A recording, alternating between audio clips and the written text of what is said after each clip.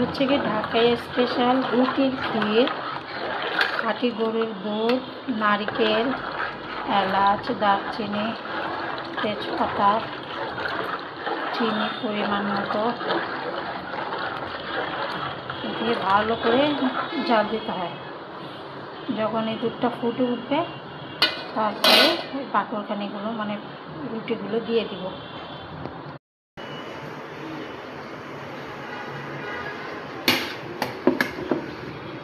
Special রুটি এগুলো বাকরখানির মতোই দেখতে, বাট এটা হচ্ছে গিয়ে ঢাকাইয়াদের স্পেশাল রুটির ক্ষীর বানাতে প্রয়োজন হয়।